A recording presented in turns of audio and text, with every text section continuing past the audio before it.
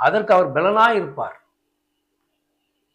நம்ம இன்னைக்கு பலனற்று போவதற்கு காரணம் என்ன என்றால், அதிகமாய் ஆசைப்படுகிறது, பிறரை போல எண்ணுகிறது. கர்த்தரோ பிறரை நேசிக்கிறது போல உன்னை நேசி என்று சொன்னார். ஆனா அப்படி அல்ல. நாம் வேறு எதுக்கோ ஓடிக்கொண்டு இருக்கிறோம். அவர்கள் கார் வாங்கிட்டா நம்ம கார் வாங்கணும், அவர் வீடு வாங்கிட்டா நம்ம வீடு வாங்கணும், அவர் நிலம் வாங்கிட்டா நம்ம நிலம் வாங்கணும், நம் பிள்ளைகள் அந்த ஸ்கூல்ல அவங்க போட்டுட்டாங்க, அதனால நம்மளும் நம் பிள்ளையை அங்கே அது போல உயர்ந்த பள்ளியிலே போட வேண்டும் என்று பிரயாசப்படுறோம். அதற்காக பணம் கட்ட முடியாது. ஏன்னா நமக்கு வருவாய் என்ன என்பதை புரிந்து கொள்ள வேண்டும்.